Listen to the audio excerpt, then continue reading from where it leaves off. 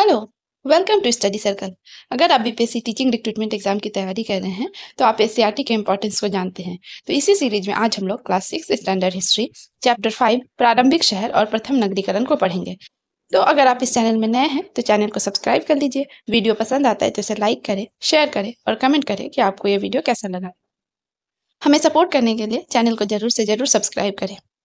तो इस चैप्टर के जो भी इंपॉर्टेंट पॉइंट्स है उसको हम लोग डिस्कस करेंगे और आगे बढ़ेंगे।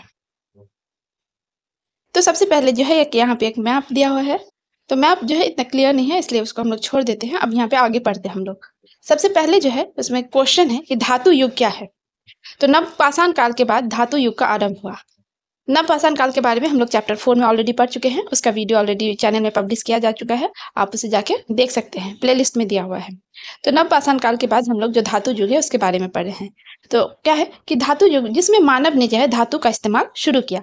धातु युग में ही आगे चलकर सिंध में कोटदीजी और अमरी, उत्तरी पंजाब में सरायखेला और जलीलपुर एवं राजस्थान में कालीबंगा जैसे स्थलों का विकास हुआ। तो यहाँ पे इंपॉर्टेंट है, अगर पूछेगा कि धातु युग में कौन कौन सी जगह का मतलब जगह को खोजा गया, कौन कौन से युग में जो है धातु युग का विकास हुआ, तो अमरी, उत्तरी पंजाब में सरायखेला और जलीलपुर और राजस्थान में कालीबंगा जैसे स्थलों का विकास हुआ। इन स्थलों पर कृषि उत्पादन बड़े पैमाने पर होने लगा, रंगे हुए मिट्टी के बर्तन का इस्तेमाल होने लगा और लोग लंबी दूरी का व्यापार करने लगे और पक्की ईंट के बने घरों में रहने लगे, जिसके चारों तरफ जो है किलेबंदी भी की गई थी। धातु युग का आरंभ जो है नवपाषाण काल के अंतिम चरण में हुआ और पहला धातु जो था वो तांबा था, जिसे नदी की तलहटी से प्राप्त किया जाता था।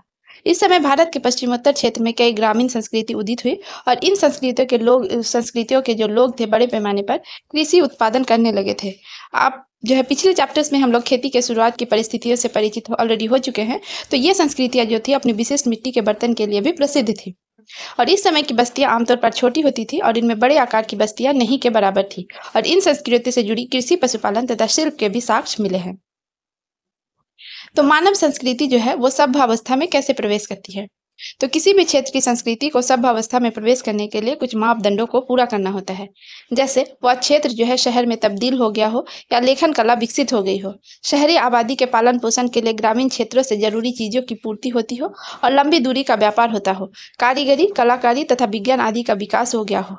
हड़प्पा संस्कृति इन सभी मानदंडों को पूरा करती थी और नवपाषाण युग के बाद विश्व के कई हिस्सों में जो है मानवीय संस्कृतियों ने सभ्य अवस्था में प्रवेश किया। जैसे भारत में हड़प्पा सभ्यता, इराक में मेसोपोटामिया की सभ्यता और मिस्र की सभ्यता, चीन की सांग सभ्यता। तो अगर पूछा जाए कि हड़प्पा सभ्यता के समकालीन कौन कौन से सभ्यता थे, तो इसमें मेसोपोटामिया की सभ्यता, मिस्र की सभ्यता और चीन की सांग सभ्यता का नाम आएगा। संस्कृति समाज में प्रचलित रीति रिवाज, खान पान, वेशभूषा, रहन सहन, धार्मिक संस्कार, आर्थिक क्रियाकलाप के तौर तरीके, कला कौशल के विविध रूप, भाषा एवं साहित्य की शैली आदि परंपराएं जो पीढ़ी दर पीढ़ी से चली आ रही है,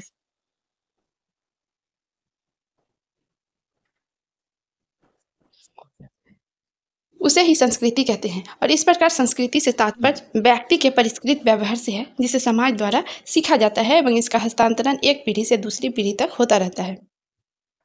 आगे क्या है कि हड़प्पा सभ्यता की खोज कैसे हुई थी और उसके बारे में पढ़ेंगे कि लगभग क्या है कि 150 साल पहले पश्चिमी पंजाब में रेलवे लाइन बिछाने के क्रम में हड़प्पा स्थल के खंडहर का पता चला और इस खंडहर के महत्व को कोई नहीं समझ पाने के कारण क्या है कि रेलवे ठेकेदारों ने हड़प्पा खंडहर के ईंटों का इस्तेमाल रेलवे निर्माण में किया और इस अज्ञानता के कारण हड़प्पा की कई इमारतें जो है वो नष्ट हो गई। सन 1921 में पुरातत्वविदों ने इस स्थल का व्यवस्थित उत्खनन शुरू किया। तब जाकर पता चला कि जो खंडहर है उपमहाद्वीप के सबसे पुराने शहरों में से एक है और इसके बाद पुरातत्वविदों ने अनेक नगरों का पता लगाया, जिनमें मोहनजोदड़ो, कालीबंगा, बनावली, लोथल और धौलावीरा जो है प्रमुख है। पुराविदों ने लगभग 2800 हड़प्पा स्थल का पता लगाया है। चूंकि हड़प्पा नगर की खोज सबसे पहले हुई थी, इसीलिए उपमहाद्वीप में हड़प्पा के समकालीन पाए जाने वाले सभी शहरों को हड़प्पा सभ्यता के शहर के नाम से जाना जाता है।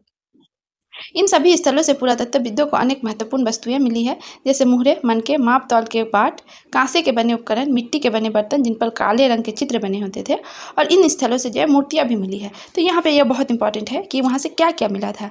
तो मुहरे, मनके, माप तौल के बाट, कांसे से बने उपकरण, मिट्टी के बने बर्तन और बर्तनों पर क्या खासियत थी कि उसमें काले रंग के चित्र बने होते हैं। और यहाँ पे अगर ये नंबर पूछा कि अब तक कितने हड़प्पा स्थलों का पता लगाया जा चुका है, तो 2800 होगा, 2800। तो ऐसे क्वेश्चन पूछे जा सकते हैं।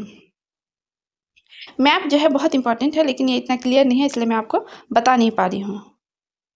अब यहाँ पे ये बहुत इम्पोर्टेंट है कि जो है कि हड़प्पा नगरों की स्थिति, उसमें पहले नगर जो था हड़प्पा, उसके खोजकर्ता कौन थे? दयाराम साहनी। और वर्ष क्या था? 1921। और नदी जो था रावी था।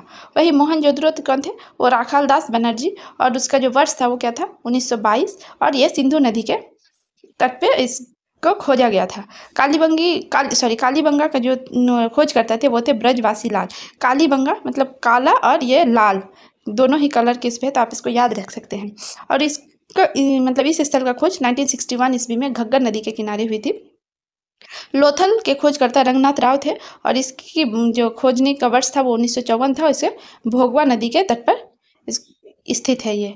वहीं धौलावीरा जो खोज RS बिष्ट ने की थी 1989 और 90 के बीच में। और इसके ये किसी नदी के इसमें नहीं है, ये पूरा स्थल ही है ना। और चन्हू जो है उसके गोपाल मजूमदार ने खोज थी 1931 में, और ये भी सिंधु नदी के तट पर स्थित है। वहीं रंगपुर जो है माधव स्वरूप बस ने 1931 से 53 इतने टाइम पीरियड में किया था। और ये क्या है? भादर या मादर नदी के किनारे अवस्थित है। तो हड़प्पा नगरों की जो है विशेषता क्या थी? तो हड़प्पा का जो नगर, अधिकांश नगर था वो क्या था? 2 हिस्सों में विभाजित था। तो यहाँ पे एक चित्र है, रुकिए, ये महास्नानगढ़ जो मोहनजोदड़ो में स्थित है, जिसको ग्रेट बाथ भी कहते हैं, है ना, उसका एक चित्र है। ये कहाँ है? महास्नानगढ़ मोहनजोदड़ो में है। अब क्या बोल रहा है कि नगर का जो पश्चिमी भाग था हड़प्पा का, उसमें क्या होता था? नगर का पश्चिमी हिस्सा छोटा था परंतु ऊंची जगहों पर बसा हुआ था, और पूर्वी हिस्सा जो था वो बड़ा था परंतु निचली इलाकों में बसा था। और ऊंची जगहों पर बसे छोटे छोटे हिस्सों को पुरातत्वविदों ने जो है उसको नगर दुर्ग कहा, और निचले हिस्सों को निचला नगर कहा जाता है। तो माना जाता है कि नगर दुर्ग में जो था शहर के सुखी संपन्न लोग रहते थे, जबकि निचले नगर में जो है साधारण लोग रहते थे। और नगर की चाहत दीवारियों का निर्माण ईंटों से की गई है, और ईंटों के निर्माण एवं दीवार बनाने के लिए ईंटों की चिकनाई में जो है ऊंचे तकनीक का प्रयोग किया जाता था। तभी तो हजारों साल बाद भी दीवारें जो है मजबूती से क्या है कि खड़ी रह सकी। और कुछ नगरों में जो है, नगरों के दुर्ग वाले हिस्से में बड़ी इमारतें और आवासीय ढांचा भी मिला है। इन इमारतों के नक्शे व निर्माण के तरीके जो है वो विशिष्ट प्रकार के थे। मोहनजोदड़ो में एक तालाब मिला है जिसे पुरातत्वविदों ने महास्नानगार कहा है, और तालाब के सिरों तक जो है सीढ़ियाँ बनी हुई हैं, दोनों सिरों पर, मतलब दोनों साइड में क्या है कि सीढ़ियाँ बनी हुई हैं। और तालाब का फर्श जो है वो तराशी गई ईंटों से बना है। इसमें जो है पानी का रिसाव रोकने के लिए प्लास्टर के ऊपर चारकोल की परत चढ़ाई गई है, और तालाब के पास ही जो है कुआं भी मिला है। तो क्या है कि स्नानागार में पानी इसी कुएं से निकालकर भरा जाता था। स्नानागार में पानी निकालने की भी क्या है कि व्यवस्था थी, और स्नानागार के चारों तरफ जो है कमरे बने हुए थे। ऐसा माना जाता है कि यहाँ विशिष्ट नागरिक विशेष अवसरों पर ही स्नान किया करते थे। तो यहाँ देख सकते हैं ये हड़प्पा का अन्नगार है, और इसको खोद के चित्र दिया हुआ है, और इसको मिट्टी के नीचे से उत्खनित किया गया है।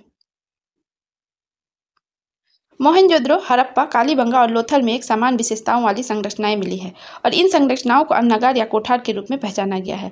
और इसी तरह कालीबंगा और लोथल जैसे नगरों में जो है अग्निकुंड भी मिले हैं। तो अगर पूछे कि अग्निकुंड कहाँ मिला है, तो कालीबंगा और लोथल दोनों जगह पे क्या मिला है? अग्निकुंड मिला है। और संभवतः इसका इस्तेमाल यज्ञ के लिए किया जाता है। इसको अग्निकुंड को अग्निवेदिका भी कहीं कहीं पर लिखा हुआ रहता है। तो हम लोग समझेंगे यहाँ पे कि नगरीकरण का क्या अर्थ है। तो नगरीकरण एक प्रक्रिया है जिसके माध्यम से नगरीय जीवन पद्धति का विकास होता है, और नगरीय जीवन पद्धति के से तात्पर्य नगर में निवास करने वाले लोगों के वस्त्र, आभूषण, खान पान, बातचीत, संबंध, व्यवहार, पेशा इत्यादि से है। नगरीकरण की प्रक्रिया में एक नगरीय समुदाय अस्तित्व में आता है, और इस समुदाय के पास सुख सुविधा के सभी आधुनिक साधन उपलब्ध होते हैं। यहाँ यातायात एक संदेश वाहक व्यवस्था विकसित होती है, और शिक्षा, ज्ञान, विज्ञान, चिकित्सा इत्यादि से संबंधित अनेक संस्थाएं होती है। आधुनिक साधन तथा बहुमंजिली इमारतें इसकी विशिष्टता होती है, और जगह जगह जो है आवासीय कॉलोनी भी होती है। जल आपूर्ति, बिजली आपूर्ति, सफाई, यातायात इत्यादि की देखरेख प्रशासन द्वारा की जाती है। और नगरीकरण की प्रक्रिया में जो है गांव अपना स्वरूप खो देता है, और वहाँ कृषि कार्य नहीं होता। जरूरी खाद्य सामग्रियों की आपूर्ति खेतीहर इलाकों से होने लगती है। और भारत में नगरीकरण की प्रक्रिया जो है हड़प्पा संस्कृति के समय शुरू हुई, जो आज भी जारी है। और भारत की लगभग जो है 28% जनसंख्या का नगरीकरण हो गया है। तो ये ओल्ड डाटा है, ये इसमें 28% की जगह और भी ज़्यादा बढ़ेगा। तो इमारत, सड़कें और नालियाँ। तो हड़प्पाई नगरों के घर प्रायः 1 या 2 मंजिले, और कुछ कुछ जो है 3 मंजिले भी होते थे। प्रत्येक घर में एक बड़ा आंगन होता था, और उसके चारों ओर कमरे बने होते थे। मकानों के दरवाजे और खिड़कियां जो है मुख्य सड़कों के बजाय गली में खुलती थी। अधिकतर घरों में एक स्नानागार होता था, और घरों में जो है कुएं भी पाए गए हैं। नगरों में सुव्यवस्थित सड़कें और नालियाँ बनी हुई थी और इनके साथ साथ जल की निकासी के लिए नालियों का भी उचित प्रबंध किया गया था। नगर योजनाबद्ध तरीके से बसाए गए थे, जिसकी गलियां तथा सड़कें जो है एक दूसरे को लगभग समकोण पर काटती थी और इस तकनीक की वजह से शहर कई आयताकार खंडों में विभाजित हो जाता था। मतलब ऐसे ऐसे ऐसे रोड्स बने हुए थे। तो जल निकासी की जो व्यवस्था थी वो बहुत अच्छी थी और घरों से निकलने वाले मल जल जो है पास की गली में बने हुए मध्यम आकार की निकास नालियों तक पहुंचते थे और मध्यम आकार वाली नालियां बड़ी सड़कों के साथ बने हुए बड़े नालों में जाके मिलती थी। मतलब जो रोड थे ना उसके किनारे किनारे ही ड्रेन बने हुए थे और जो घर के ड्रेन्स थे उसमें जाके मिल जाते थे और सब लोग बहुत ही सुनियोजित प्लान वे में बना हुआ था। नाले जो थे वो ईंटों से ढके हुए थे और बड़े नालों में जगह जगह पर आयताकार जो है गड्ढे भी बने होते थे, जिनमें जो है गंदगी इकट्ठी होती रहती थी और गंदगी को जो है एक निश्चित समय पर साफ किया जाता था। इससे पता चलता है कि हड़प्पा सभ्यता के लोग स्वास्थ्य तथा सफाई के प्रति कितने जागरूक थे। तो यहाँ पे एक देख सकते हैं, छोटा सा ही दिया हुआ है लेकिन ये कुआं का चित्र है और ये जो है मोहनजोदड़ो की सड़क जो बनी हुई थी उसका चित्र है। संपूर्ण सड़क बनी हुई थी और इसके किनारे किनारे घर बने हुए थे। तो नगरीय जीवन कैसा था? हड़प्पीय नगरों में पाई गई आवासीय इमारतें, सड़कें, गलियां व नालियों की सुनियोजित व्यवस्था इस तथ्य को उजागर करती है कि हड़प्पा के शहरों की योजना में कुशल शासक वर्ग का हाथ रहा होगा। यह भी संभव है कि शासक जो है शहर के जरूरी धातुओं, बहुमूल्य पत्थर एवं अन्य उपयोगी चीजों को मंगवाने के लिए लोगों को दूर दूर के प्रदेशों में भेजते होंगे। नगर निर्माण में ईंटों के उपयोग से स्पष्ट होता है कि लोग व्यापक पैमाने पर ईंट बनाने का काम करते होंगे और इन नगरों में लिपिक भी होते थे जो भोजपत्र या कपड़े पर लेखन कार्य करते थे, जो अब नष्ट हो चुके हैं। उनके द्वारा मुहरों, हाथी दांत आदि पर लिखे अभिलेख प्राप्त हुए। इसके अलावा नगरों में सोनार, पत्थर काटने वाले, बुनकर, नाव निर्माता जैसे शिल्पकार, स्त्री पुरुष भी रहते थे जो अपने घरों या निर्माण निर्माण स्थल पर तरह तरह की चीजें बनाते थे। तो यहाँ समझ में आ गया आपको कि नगरों में जो है वो सोनार, पत्थर काटने वाले, बुनकर, नाव निर्माता जैसे शिल्पकार, और शिल्पकार जो है स्त्री और पुरुष दोनों हो सकते थे जो अपने घरों या निर्माण स्थल पर तरह तरह की चीजें जो है बनाते रहते थे। तो हड़प्पाई नगरों के निवासी जो है सूती वस्त्र तथा गर्म कपड़ों का उपयोग करते थे। स्त्री पुरुष हार, बाजूबंद, अंगूठी, चूड़ी, कमरबंद, कान की बाली तथा पायल जैसे गहने पहनते थे और इनके निर्माण में सामान्यतः सोना, चांदी, हाथी दांत तथा तांबों का प्रयोग होता था। गहनों के निर्माण में गोमेद, स्फटिक तथा बहुमूल्य पत्थरों का भी इस्तेमाल किया जाता था और क्या है, लोग चाक पर निर्मित आग में पके हुए मिट्टी के सादा तथा चित्रकारी वाले बर्तन का भी इस्तेमाल करते थे। तो आप यहाँ पे देख सकते हैं कि किस तरह के आभूषण वो लोग पहनते थे और जो है इसमें यहाँ पे सबका चित्र दिया हुआ है। आगे क्या पढ़ेंगे हम लोग कि तांबा, कांसा, चांदी तथा चीनी मिट्टी के बर्तनों का भी उनके द्वारा उपयोग किया जाता था। सख्त पत्थरों से नापतोल के लिए बाट तथा गहने के तौर पर इस्तेमाल के लिए मनके का निर्माण किया जाता था। यहाँ पे आप मनके का चित्र देख सकते हैं। तो किस चीज़ के लिए? कि गहने के तौर पर इस्तेमाल के लिए मनकों का निर्माण किया जाता था और सख्त पत्थरों से नापतोल के लिए जो है बाट है ना, इसको बाट कहते हैं, उसको निर्माण किया जाता था। बच्चों के खिलौने में छोटे चक्के वाली बैलगाड़ियाँ, पशु मूर्तियाँ आदि जो है प्रमुख रूप से बनाई जाती थी और लोग जो है वहाँ के लोग, इसको बहुत बार क्वेश्चन पूछा गया है कि लोग पासे का खेल भी खेलते थे। मुहरे जो है वो हड़प्पा सभ्यता के विशिष्ट लक्षण थे। कैसे? तो इसके पहले देख लेते हैं कि यहाँ पे कुछ आभूषण के चित्र है ना, दिया हुआ है, आप लोग यहाँ पे देख सकते हैं। हड़प्पाई शिल्पकला में शिल्पकारों के द्वारा पत्थर की बनी हुई मुहरें जो है वो महत्वपूर्ण स्थान रखती है। मुहरों का प्रयोग संभवतः धनी लोग अपनी निजी संपत्ति को चिन्हित करने और पहचानने के लिए करते थे। हड़प्पाई मुहरें अपनी दो महत्वपूर्ण विशेषताओं के लिए जानी जाती थी। प्रथम जो था, इस पर जानवरों की सुंदर कलाकृतियां मिलती है और दूसरी, इस पर कुछ लिखा होता था। मुहरों पर अधिकांश लेखों में 2 से 4 शब्द ही पाए गए हैं और इस तरह हड़प्पाई लोगों ने क्या किया था,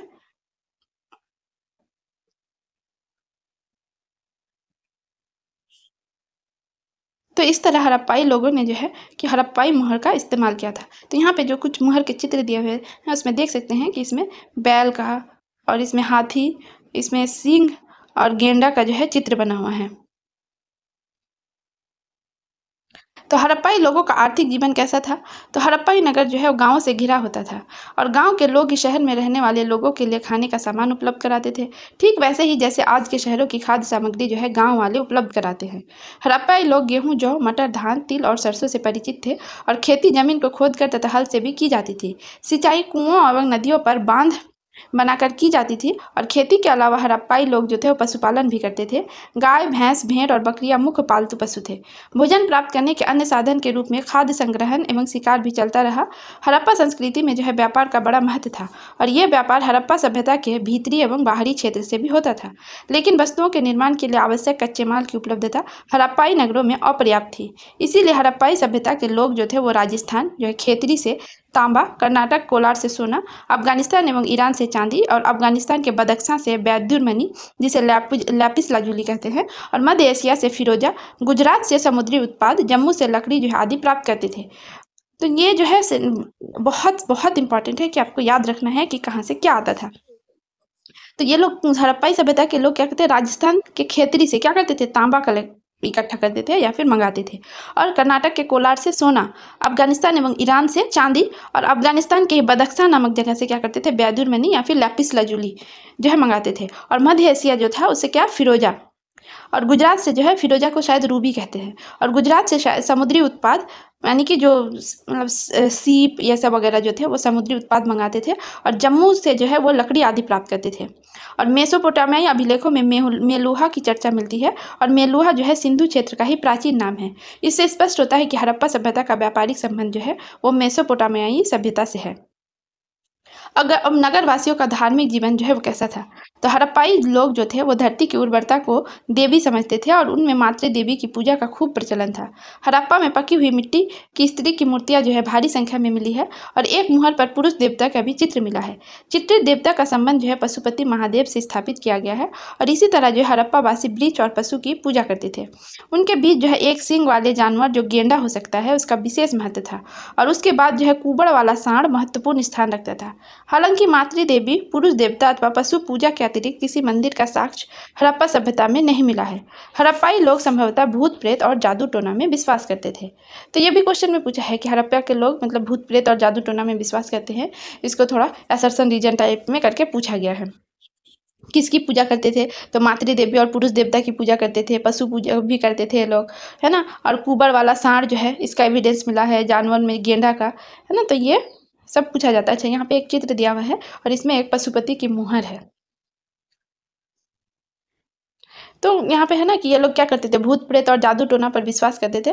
तो इसके लिए क्या, उनसे बचने के लिए वो लोग ताबीज पहनते थे, क्योंकि ताबीज का जो है बहुत सारा एविडेंस मिला है। हड़प्पाई लोग मृतकों को दफनाते एवं जलाते, दोनों प्रकार का जो है साक्ष्य मिला है। अब सूक्ष्म निरीक्षण में क्या क्या हम लोग को मिला है इसके बारे में पढ़ेंगे कि धौलावीरा।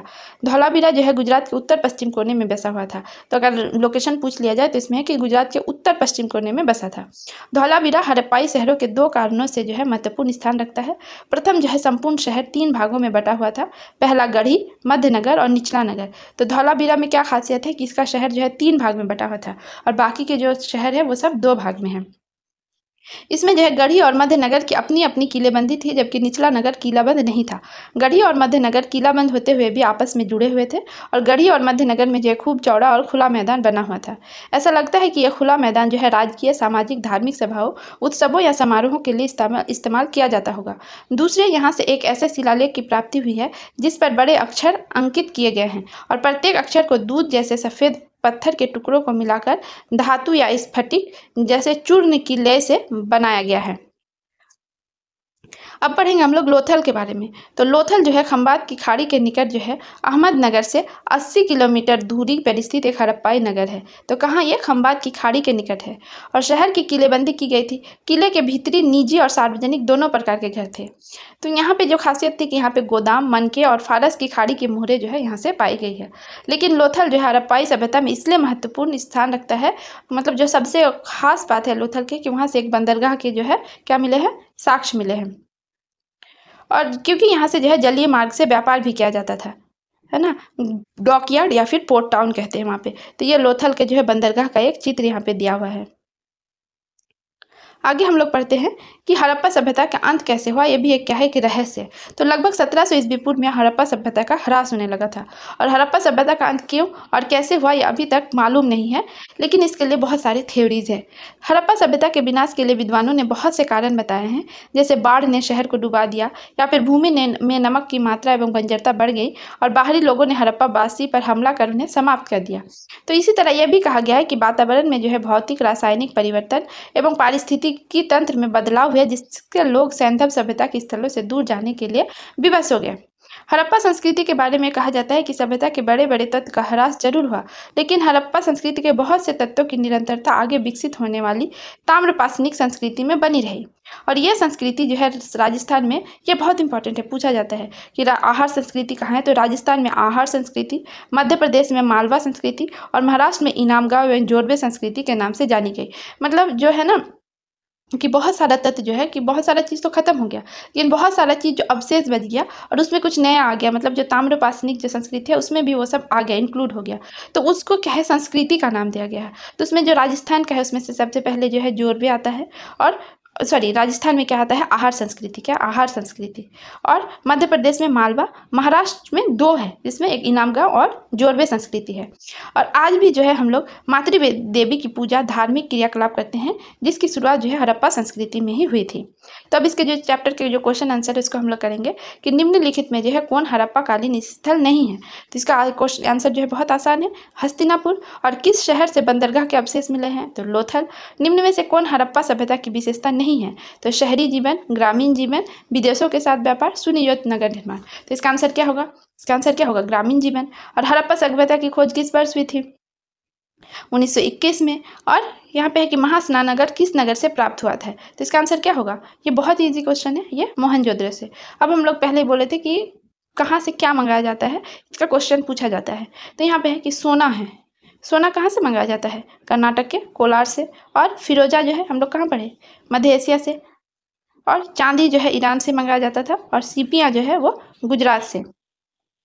तो ये चैप्टर जो है यहीं पे समाप्त हो रहा है। अगर आपको वीडियो पसंद आता है तो इसे लाइक करें, शेयर करें और चैनल को ज़रूर से ज़रूर सब्सक्राइब करें। हमें आपके सपोर्ट की ज़रूरत है, तो अपना सहयोग ज़रूर दें। और वीडियो देखने के लिए आपका बहुत बहुत धन्यवाद।